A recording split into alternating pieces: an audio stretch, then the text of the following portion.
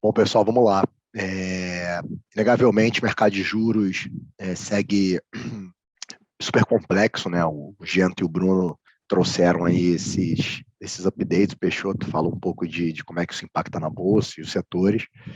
E, inegavelmente, a gente segue acompanhando de perto e tentando entender o desdobramento, né, disso para o fluxo de caixa das empresas, enfim, e para o próprio ciclo econômico, né? Só para contextualizar, né, o mês de maio foi um mês difícil porque, né, tivemos um ajuste grande, né, nas curvas de juros nominais e reais, né? Então, quando a gente olha a dinâmica, né, dos indicadores do mês, né, o Bruno comentou do IPCA 15, né, que foi dia 24 na semana passada, realmente um número muito ruim, e naquele momento ali a gente já viu uma reprecificação da curva, né, de juros nominais, né, a turma tentando refletir sobre como é que o BC vai atuar para frente, dado que, né, na última reunião que foi agora em maio, né, ele subiu 100 pontos base e o mercado começou a discutir se ele cairia, se ele não subiria mais na próxima, se o ritmo seria outro e etc. Lembrando que a gente está com a taxa de juros em 12,75, o mercado já começa a discutir se é 13,25, se tem mais uma de 50, tem mais duas de 50, então acho que esse número foi emblemático, porque realmente por dentro ele foi bem ruim, né? Difusão alta, os núcleos acelerando e tudo mais. E a gente teve a questão, né, da atividade econômica forte, né? Números de vendas no varejo, produção industrial, né? Realmente mostrando que a atividade aqui segue robusta, né? O Genta comentou sobre ontem a PNAD, mercado de trabalho forte, e a gente tem o PIB, né, do primeiro TRI, a ser divulgado também amanhã. Então, inegavelmente, isso traz bastante volatilidade para a curva de juros, porque apesar de a gente estar no final de um ciclo de alta, né, você tem essa questão global de inflação, como o Bruno bem comentou aqui, e o desdobramento disso para os mercados emergentes, né? Então, para ilustrar, né, quando a gente pega a curva, né, de juro nominal, ou seja, o DI futuro, a gente teve uma abertura da ordem de 20, 30 pontos base, e quando a gente pega as NTNBs, elas também abriram, né, alguns vencimentos menos do que a curva de juro nominal. A parte mais curta teve uma devolução de implícita, que estava bem alta, e a parte longa, né, a implícita acabou até subindo. Mas para vocês terem ideia, as inflações implícitas, né, nas NTNBs seguem acima de 6%. Então, como o Bruno Marques bem comentou, né, se a gente achar que você tem 30% de inércia, né, e que 70% vai rodar na meta, você tem uma inflação aí acima de 5%, né, à frente, e naturalmente as NTNBs carregam um prêmio, né, então nos parece aqui que, enfim, o mercado não está tão louco, né, como a gente está sem o Focus, mas a XP, né, a corretora, tem feito a coleta, a gente está vendo os números, né, para esse ano fechado acima de 9%, e para o ano que vem alguma coisa já acima de 4%, né, lembrando que a meta é abaixo disso. Então, poxa, isso traz, né, bastante, né, incerteza, porém, por outro lado, né, oportunidades, né, também nesse mercado.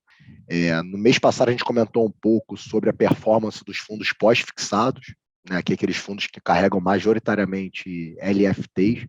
Não teve um movimento bem técnico, né, o Tesouro Nacional, no que tange os leilões, aumentou o lote, etc. É, Enfim, isso acabou trazendo algum tipo de abertura ali no prêmio, né? O investidor percebeu isso, e aí os fundos rodaram abaixo do CDI. A gente destacou aqui o XP referenciado DI, que por carregar uma parcela em crédito acabou performando melhor. Esse mês, o time de gestão conseguiu se apropriar, né, desse movimento no mês passado. Basicamente, a gente faz um comparativo olhando a LTN casada, também é um negócio bem técnico, pessoal, mas a gente olha o prêmio, né, da LTN casada, compara ali com a LFT, e, enfim, e a gente acertou esse movimento, como a gente ficou um pouco menor no mês passado. Esse mês o Tesouro não diminuiu o lote, continuou com o mesmo tamanho dos leilões, mas quando esse papel a gente entendeu que ele já estava operando acima, né, da LTN casada, a gente voltou a aumentar a posição e conseguiu apropriar isso nos fundos. Então, os fundos pós-fixados aqui tiveram um mês de maio bom, todos acima, né, do benchmark. E lembrando que o CDI já está rodando, nesse mês de maio, já rodou a 1,03, né, no mês. Então, qualquer alfa adicional, né, com uma vol muito baixa, nos parece bem interessante para essa classe de ativos.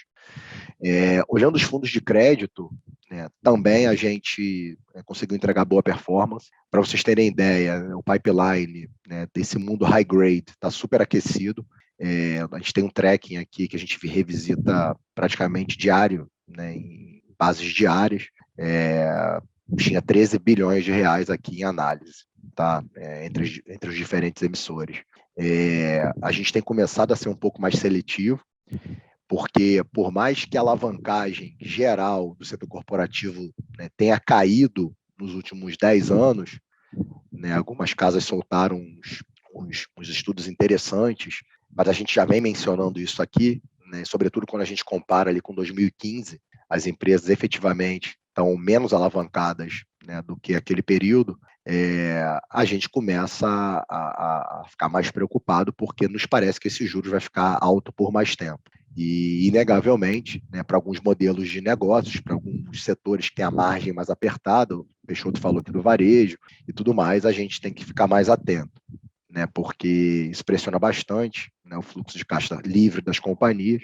E por mais que o mercado siga robusto, né, líquido, e os bancos também líquidos, né, para fazer as rolagens e refinanciar as companhias, tem determinados modelos de negócio que não ficam de pé, né, com um custo de dívida mais alto. Então, a gente tem ficado mais atentos aqui, né? Teve uma safra ali por volta de 2020 que se beneficiou, né, do mercado acionário através, né, de captação de ações, que tem apresentado resultados piores, né? Então, essa safra aí de IPOs, né, que, na nossa visão, vieram, né, já no bull market, tem mostrado aqui um certo desafio, né, na geração de caixa, né, na rolagem das dívidas. Então, a gente já está vendo alguma reprecificação.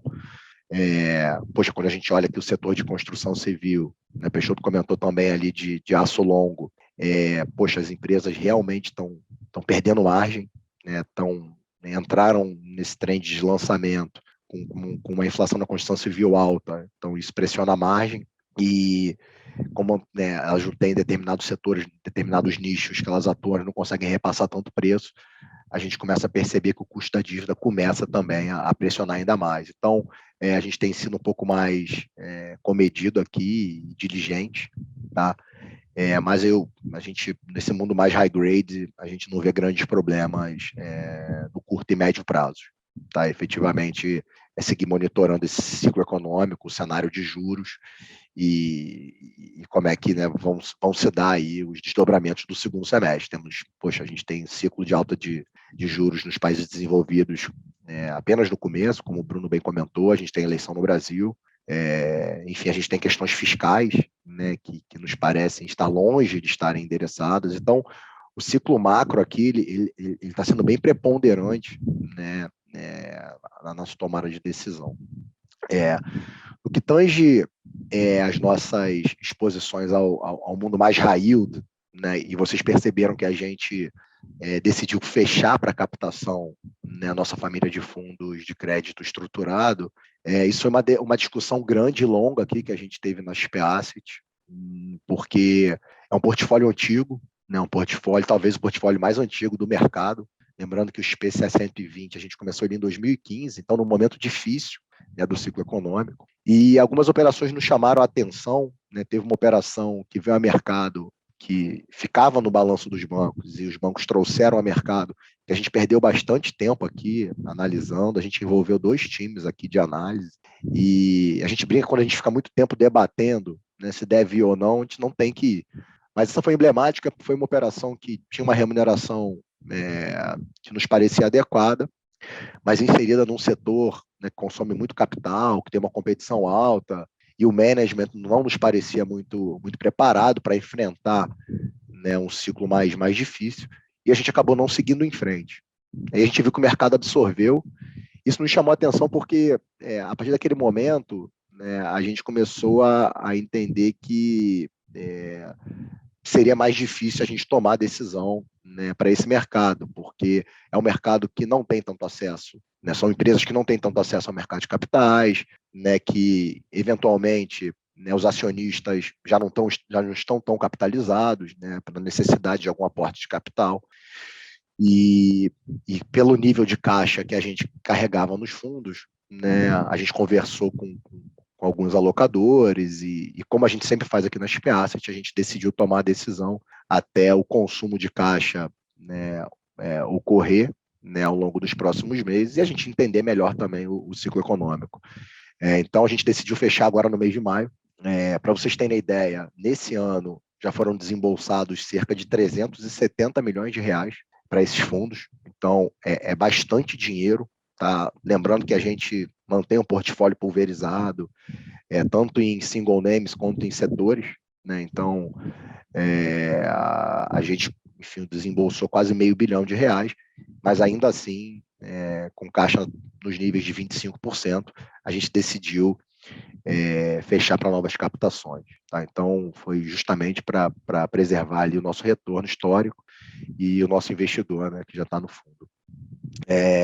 Mais uma vez, né, eu acho que não tem nenhuma luz vermelha aqui, mas efetivamente a gente precisa monitorar, acompanhar o desdobramento né, do ciclo e também está ali, né, na originação, né, de boas operações, porque como eu comentei, né, algumas empresas vão ter que rever seus modelos de negócio e aí vai ser oportunidade para a gente conseguir financiar através de uma dívida estruturada, né, com algum tipo de kicker, né, com mais proteção, né, com downside protection maior. Né, a gente, enfim, está bem capitalizado em todas as frentes. Né, recentemente a gente levantou quase R$1 bilhão ali com o Felipe no XP Special Opportunities. A gente já está vendo ótimas oportunidades em dívidas conversíveis, enfim, em dívidas mezanino. Então a gente acha que o momento é oportuno, mas necessita um pouco mais de cautela para entender como é que essas empresas vão performar com juros mais altos, com uma condição financeira mais apertada, né, com um cenário mais volátil à frente. Né? Então, essa foi a decisão que a gente tomou aqui na nossa família de fundos de crédito estruturado. Para finalizar, os nossos fundos com risco de mercado, né, e aí pegando a família Horizonte de renda fixa, o próprio XP Debêntures Incentivadas e o XP Inflação, a volatilidade alta, né, então a volatilidade mais alta do que no passado recente, os fundos conseguiram entregar retornos acima dos seus benchmarks.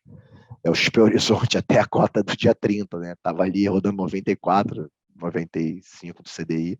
Ontem foi um dia bom. Eu tenho comentado aqui com a turma, né? A gente bate muita bola também com o time macro.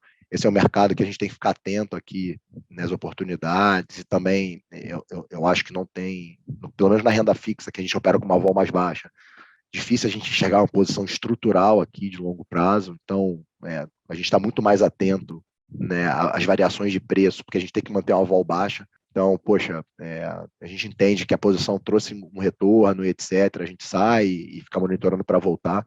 Essa questão das implícitas, né, a gente ficou acompanhando mais no detalhe, ficou realizando trocas, né, da NTNB para as NTNFs no horizonte aqui. Então, a gente conseguiu, né, gerar alfa, né, fazendo a troca né, das curvas de juro real e nominal. E eu acho que isso aqui vai ser a tônica para frente, né? Para tentar manter a vol baixa dos mandatos, a gente vai ter que ficar mais atento aqui e vai ficar entrando e saindo de posição, mas eu acho que de carregar uma posição por muito tempo, ela vai balançar. Né? E os nossos investidores aqui na família de fundos de renda fixa entendem que aqui a vol é mais baixa, né? Por volta de 1%. Então é um trabalho bem, bem duro.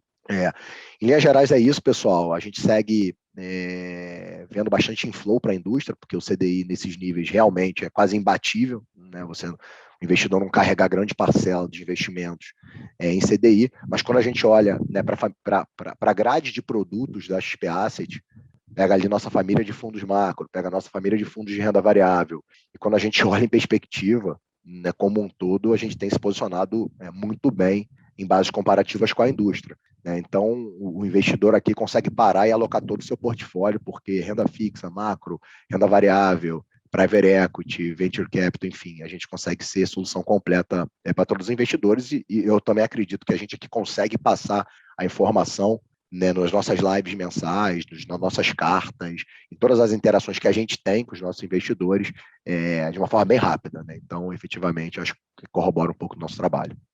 Finalizo por aqui. Boa, Fausto, obrigado. Acho que a gente sempre fala com bastante orgulho dessa decisão de, como você mesmo disse, mesmo tendo um grande inflow para os fundos de renda fixa e crédito, a gente ter a parcimônia aqui e a coragem de fechar para captação, obviamente sempre priorizando os nossos cotistas, a nossa entrega de performance e lembrando que no XP Crédito Estruturado, as versões previdenciárias continuam abertas. Então é uma boa opção também para quem quer seguir aqui junto junto com a nossa estratégia. Queria agradecer a participação de todos. Acho que as nossas lives são muito completas, a gente tem recebido bastante elogios. Se ficou alguma dúvida, por favor, nos envie através dos nossos canais, através do nosso e-mail, e agradecer a presença aqui do Genta e dos nossos gestores que estão sempre disponíveis aqui para trazer informação de primeira mão e de bastante qualidade para a gente. A gente se encontra na primeira quarta de julho com esse mesmo formato, e lembrando que amanhã, na quinta-feira, às 17 horas, a gente tem a nossa live específica do XP Long Term, com o Rodrigo Furtado, tá bom? A gente vai mandar isso pelo Telegram também, reforçando sempre essas nossas comunicações aí com vocês. Agradeço a todos, tenham um bom dia.